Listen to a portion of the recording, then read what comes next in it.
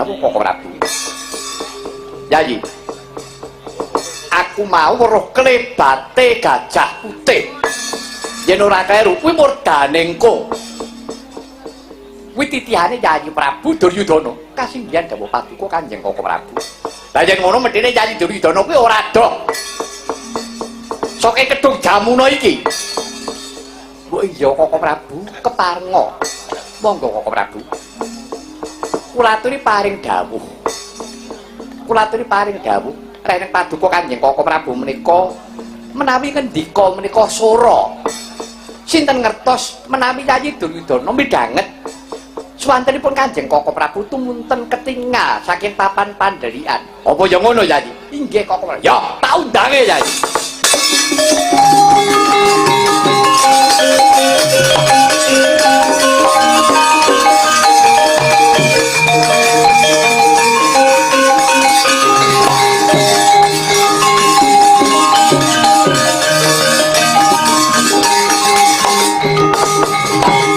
Yayi. Yayi kadangipun Kakang Yayi Duryudana. Mestipun Yayi Prabu boten badhe supe kaya swantenipun ingkang Raka, pun Kakang Mandura. Pun Kakang Nata Mandura. Yayi. Panyuwunipun ingkang Raka Mandura Yayi Prabu netepana bawa leksana, netepana jiwaning senopati. Sampun ngatos Yayi Prabu menika umpetan, dipun westani Yayi Prabu menika jireh getih, wedi mati. Kedaenget Yayi.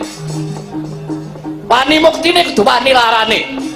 Wani uripe kudu wani matine. Ngaten kok jiwa satriya. Monggo Yayi. Kula aturi miyos. Monggo, kula dherekaken. Pun Kakang Mandura sagah dherekaken Paduka Yayi Prabu.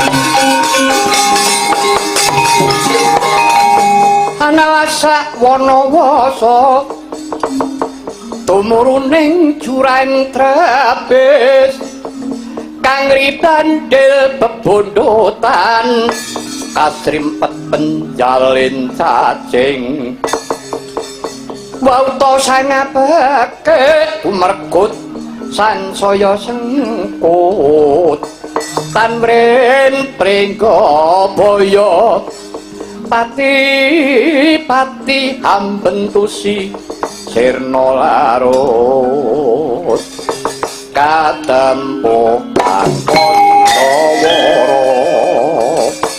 Koko Prabu kadang kula sepuh Koko Prabu. Kenging menapa Paduka Koko Prabu katemben rawuh nek ngaten Koko Prabu tega kaliyan kula. Kanjeng Koko Prabu kula nyuwun senjata pitulung dhumateng Paduka Kanjeng Koko Prabu. Manggen piye sareh Yayi? Sareh. Keparipun Yayi Prabu mundhut senjata pitulung ing kados pundi? Lelampahan ingkang kados mekaten menika kala wau. Lelampahan ingkang pundi? Inggih lelampahan kula menika. Lho, Yayi Prabu ra sampun nemoho, Yayi Prabu sampun jarang. Menika Bratayuda. Teksipun perang ageng. Para pinten sepuh sampun ngemutaken, nanging Yayi Prabu paripaksa nindakaken peperangan. Menika ingkang lepat sanès sinten-sinten ingkang lepat menika papan durungipun wonten Paduka Yayi Prabu piyambak. Badhe kados pundi Yayi Prabu kedah tanggung jawab. Sampun kados ngaten Yayi. Dan menika Narendra. Panjenengan menika ratu minangka dados panutaning para kawula dasih. Benar niku dadi ratu ora ngratoni sedulur, ora ngratoni kadang, ora ngratoni golongan. Ning ngratoni bangsa. Aja mung sedulure sing diwangi, aja mung sedulure. Jadi kancani golongane sing diwangi. Nek golongane sing salah, golek-goleke kekuatan. Kados ngaten menika sanes budayaning Narendra menika budayanipun tiyang ampyak amur-amur. mung mamerke pintere omong. Ning ora iso ngrampungi perkara. Menapa Yayi Prabu badhe ngaten? Inggih. Ampun Yayi. Badya kados pundi paduka menika trah Sang Wiyasa, pedhak turune Sang Begawan Abiyasa. Monggo dinten menika dipun tetangi Suranindriya. Yayi Prabu sampun waspatos ing penggalipun Kakang mandura kang badhe mandhegani. Koko Prabu kersa mbiyantu. Wah, biyantu Yayi. Saestu Koko Prabu. Saestu Yayi.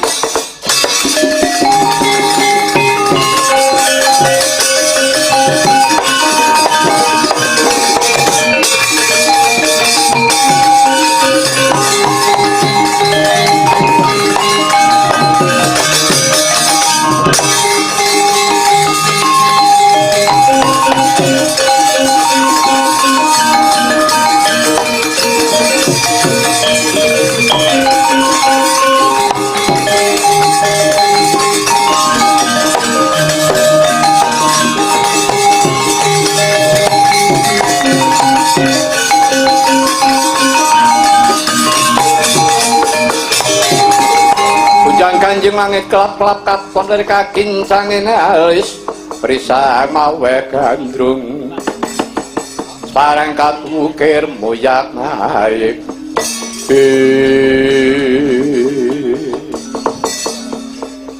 Yayi Prabu Duryudana nggih kados pundi lah malah dinten menika pun Kakang badhe dipun dawuh kados pundi keparingipun Yayi Prabu dipun lajengaken menapa boten Barata Yuda menika menawi dipun lajengaken Yayi Prabu kedah Pancakara ngetingalaken jiwa kaprawiran mengsah paduka Yayi Werkudara wondene menawi Yayi Prabu sampun boten nglajengaken peperangan menika Yayi Prabu kedah rereh keprabon namung menika Yayi boten badhe kula rereh keprabon kula tetepi jiwane Senopati nah kedah ngaten Yayi kuduane Yayi Prabu wis paning depane kamukten negara Ngastina.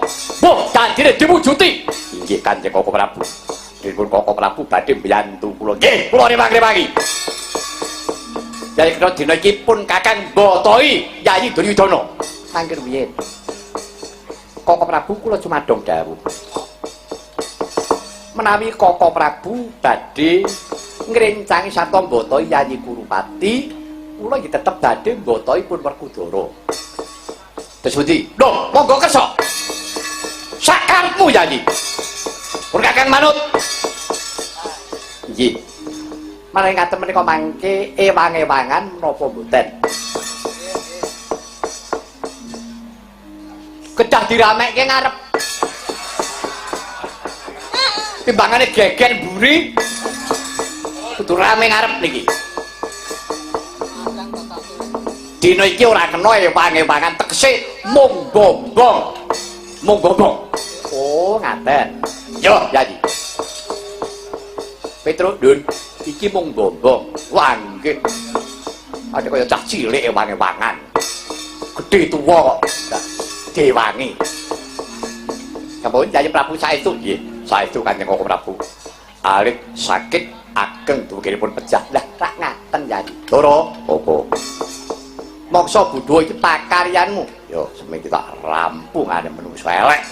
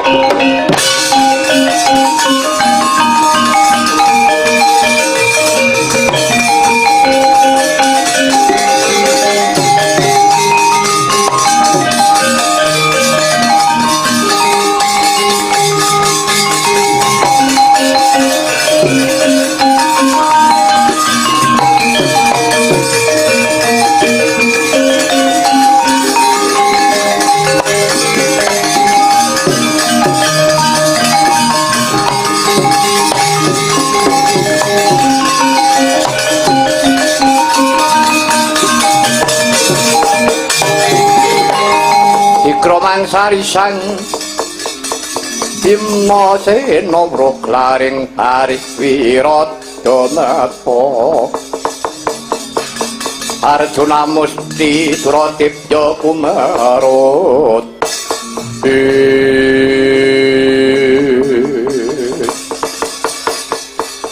Werkudara bunga rasane atimu Dene ayo bareng-bareng netepi kaya nek jamane aku karo kowe Pandhadharan siswa suka lima rikala semana.